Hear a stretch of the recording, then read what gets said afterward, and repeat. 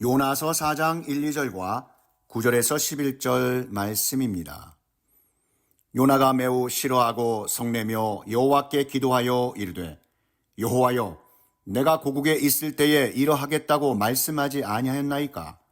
그러므로 내가 빨리 다시스로 도망하였사오니 주께서는 은혜로우시며 자비로우시며 노하기를 더디하시며 이내가 크시사 뜻을 돌이켜 재앙을 내리지 아니하시는 하나님이신 줄을 내가 알았음이니이다.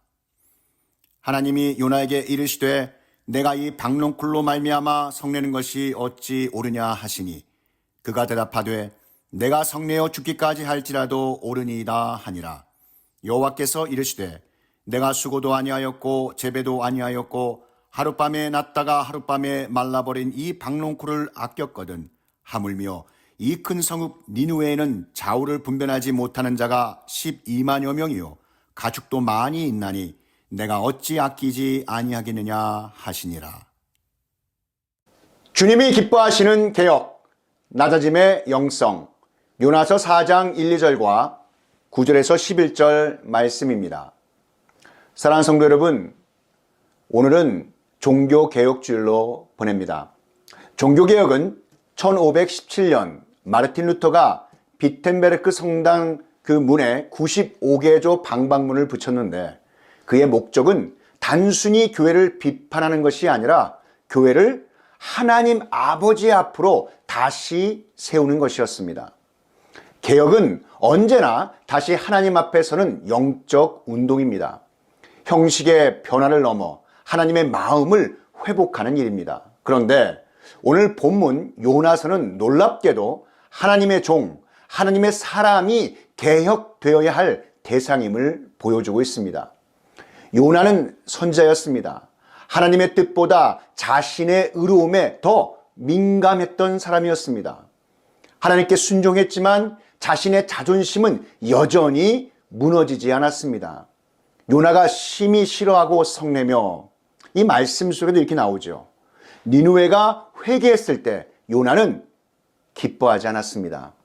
그의 입술은 복음을 전했지만 마음은 여전히 닫혀 있었습니다. 요나는 하나님의 자비가 니느웨 성사람들에게 너무나도 크다고 분노했습니다. 왜냐하면 그는 공의보다 은혜가 앞서는 하나님을 이해할 수 없었기 때문입니다. 주께서는 은혜로우시며 자비로우시며 노하기를 더디하시며 인애가 크시사 뜻을 돌이켜 재앙을 내리지 아니하시는 그런 하나님인 줄 내가 알았습니다. 이러한 고백을 아주 아이러니컬하게 합니다. 요나는 하나님의 성품을 정확히 알고 있었습니다. 그러나 그 은혜가 자신에게 임할 때는 큰 기쁨이었지만 타인에게 임할 때는 분노가 되었습니다. 그의 신앙은 아직 은혜의 깊이를 모르는 신앙이었습니다. 그는 하나님을 사랑했지만 하나님의 마음은 담지 못했습니다. 하나님은 요나에게 책망이 아니라 질문으로 다가오십니다. 요나야, 내가 성내는 것이 옳으냐? 이 질문은 단순한 도덕적 판단이 아니라 하나님의 마음으로 너 자신을 다시 보라는 하나님의 사랑의 초대였습니다. 하나님은 요나에게 박농쿨을 주시고 그것이 시들게 하셨습니다. 요나는 박농쿨 하나로 인하여 기뻐하고 또 박농쿨 하나로 말미암아 성냅니다. 그때 하나님은 이렇게 말씀하십니다. 요나야, 하물며 이 큰 성읍 니느웨에는 좌우를 분별하지 못하는 자가 12만여 명이요 가축도 많이 있나니 내가 어찌 아끼지 아니하겠느냐.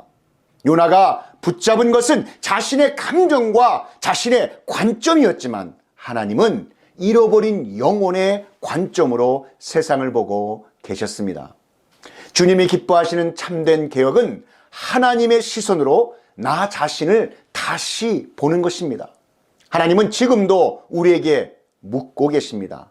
너는 왜 그렇게 성내느냐? 너의 분노는 나의 마음에서 비롯된 것이냐? 사랑하는 성도 여러분, 낮아짐의 영성, 이 개혁은 내가 옳음을 증명하는 게 아니라 하나님 앞에서 낮아지는 것입니다. 요나는 하나님의 말씀을 전했지만 그의 마음에는 자기 의가 여전히 자리 잡고 있었습니다. 주님이 기뻐하시는 참된 개혁은 남을 바꾸는 운동이 아니라 내 자신이 낮아지는 운동입니다. 예수님은 자신을 비우셨습니다. 하나님의 본체이시나 종의 형체를 가지사 자신을 낮추시고 죽기까지 복종하셨습니다. 빌립보서 2장 6절에서 8절 말씀을 함께 보시겠습니다. 그는 근본 하나님의 본체시나 하나님과 동등됨을 취할 것으로 여기지 아니하시고 오히려 자기를 비워 종의 형체를 가지사 사람들과 같이 되셨고 사람의 모양으로 나타나사 자기를 낮추시고 죽기까지 복종하셨으니 곧 십자가의 죽으심이라. 아멘. 하나님의 개혁은 언제나 낮아짐에서 시작됩니다. 십자가의 길은 패배의 길이 아니라 진정한 변화의 길입니다. 그렇다면 내 안에 요나를 깨트린다라는 이 말은 단순히 성격을 고치는 차원이 아니라 자기 중심적인 신앙을 깨뜨리고 하나님의 마음으로 다시 태어나는 영적 변혁을 의미합니다. 요나서 4장의 핵심은 하나님은 긍휼의 하나님이시지만 요나는 자기에 의해 사로잡힌 사람이었다는 데 있습니다. 그렇다면 내 안에 요나를 어떻게 깨뜨릴 수 있을까요? 첫째, 먼저 자기 의를 깨뜨려야 합니다. 나는 옳다라고 하는 생각을 다 내려놓으셔야 합니다. 요나의 문제는 내 말이 옳지 않습니까? 저 니느웨 사람들은 벌받아 마땅합니다. 여러분, 오늘 우리의 모습 같지 않습니까? 저 사람은 교회에 어울리지 않아. 나는 그래도 저 사람보단 나아요. 여러분, 내 기준과 판단으로 사람을 재단할 때마다 여러분 이렇게 기도하시기 바랍니다. 주님, 내 안에 옳다 여기는 자아를 십자가에 못 박습니다. 여러분, 회의나 대화 중에 내 생각이 전부 옳다는 마음이 올라올 때마다 먼저 잠시 침묵하고 성령 하나님께 여쭈어보는 습관을 들이시기 바랍니다. 이것이 요나의 자기 의를 깨뜨리는 첫 걸음인 줄 믿습니다. 두 번째, 우리의 감정의 신앙을 깨뜨리셔야 합니다. 분노와 실망을 믿음으로 바꾸는 몸부림이 있어야 합니다.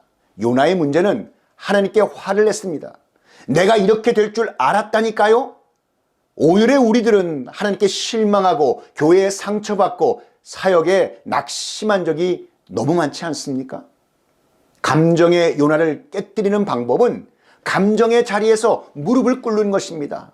분노가 올라올 때마다, 분노가 치솟을 때마다 주님, 제 분노보다 하나님, 하나님의 크신 주의 긍휼을 바라보게 하여 주옵소서. 여러분, 상처받았을 때 주님, 이 아픔을 사용하셔서 누군가를 위로하게 하여 주옵소서. 세 번째, 결과 중심의 신앙을 깨뜨리셔야 합니다. 순종 자체가 목적이 되게 하십시오. 요나의 문제는 내가 이렇게까지 왔는데 결과가 이게 뭡니까? 라고 하는 불평이었습니다. 오늘의 우리들의 모습은 열심히 기도했는데 응답이 없어요, 하나님. 헌신했는데 사람들이 나를 인정하지 않습니다. 여러분, 하나님은 결과보다 순종의 태도를 보십니다. 봉사와 사역의 성공보다 그 길에서 내가 더 주님을 닮았는가라는 이 묻는 신앙으로 바꾸십시오. 결과의 요나를 깨뜨릴 때 참된 평안과 자유가 찾아올 줄 믿습니다. 네 번째, 우리에게 허락하신 지체, 이웃 사람을 향한 그 마음을 항상 새롭게 해야 합니다. 니느웨를 향한 긍휼의 눈이 필요하듯이 말입니다. 요나의 문제는 니느웨를 미워했습니다. 오늘의 우리는 불편한 사람, 나를 힘들게 한 사람에게 마음의 문을 닫아버립니다. 하루에 한 번씩 여러분 이렇게 기도해 보시기 바랍니다. 주님, 오늘 제가 만나게 될 사람을 주님의 시선으로 보게 하여 주옵소서. 여러분, 교회 안에서 니느웨 같은 사람을 품을 때 그곳에 부흥의 불씨가 일어날 줄 믿습니다. 끝으로 하나님의 마음을 배우는 훈련을 하셔야 합니다. 하나님의 마음의 자리인 긍휼의 자리로 내려가는 은혜를 구하십시오. 요나의 문제는 하나님보다 자기 감정이 더 중요했습니다. 오늘의 우리는 하나님이 원하시는 것보다 내가 원하는 것을 앞장세워 일할 때가 많이 있지 않습니까? 여러분, 새벽 기도나 말씀 묵상 때 하나님, 오늘 제가 느끼는 모든 감정 위에 주의 마음을 두게 하여 주옵소서. 하나님의 마음을 배우는 가장 좋은 훈령의 장은 여러분 다른 게 아닙니다. 바로 섬김입니다. 낮은 자리에서의 섬김입니다. 섬김은 나를 낮추고 낮아짐은 은혜를 불러오며 은혜는 결국 요 나를 녹입니다. 사랑하는 성도 여러분, 십자가 앞에서 요나가 무릎을 꿇을 때 하나님 마음으로 다시 서는 교회가 될 줄 믿습니다. 요나서는 끝나는 책이 아닙니다. 요나서는 끝나지 않은 책입니다. 하나님이 요나에게 마지막으로 물으셨습니다. 내가 성내는 것이 옳으냐? 하나님은 오늘 우리에게도 묻습니다. 내가 아직도 내 의, 내 감정, 내 기준을 붙잡고 있느냐? 내 안의 요나를 깨뜨릴 수 있는 유일한 길은 십자가 앞에서의 낮아짐입니다. 그때 우리는 더 이상 심판의 자리에서 외치지 않고 긍휼의 자리에서 눈물로 기도하는 사람이 될 줄 믿습니다. 그것이 바로 하나님이 기뻐하시는 참된 개혁이요, 낮아짐의 영성으로 변화된 하나님의 사람이 되는 줄 믿습니다. 오늘날 교회도 마찬가지입니다. 세상을 향한 개혁보다 자신을 향한 회개의 개혁이 먼저 있어야 됩니다. 참된 개혁은 구조의 개혁이 아니라 마음의 방향을 하나님 아버지께로 돌이키는 것입니다. 주여, 우리 안에 요나를 개혁하여 주시옵소서. 우리가 남을 판단하기 전 우리의 마음의 완악함을 깨뜨리게 하여 주시고, 하나님, 우리가 세상을 정죄하기 전에 세상을 품으신 하나님의 눈물로 세상을 보게 하여 주시옵소서. 낮아짐의 영성으로 다시 주님의 마음으로 나아가는 것이 하나님이 기뻐하시는 참된 개혁인 줄 믿습니다. 이러한 참된 개혁이 저와 여러분의 삶에 충만하시기를 우리 구주 예수 그리스도의 이름으로 축원합니다. 다 함께 기도드리시겠습니다. 사랑의 하나님 아버지, 오늘 우리에게 주신 말씀 감사드립니다. 나의 의로움이 하나님의 자비를, 하나님의 영광을 가리지 않게 하여 주시옵소서. 주님의 은혜를 아는 자로서 그 은혜를 흘려보내는 사람이 되게 하여 주시옵소서. 주님, 나의 분노보다 주님의 긍휼이 더 크다는 것을 믿게 하여 주시옵소서.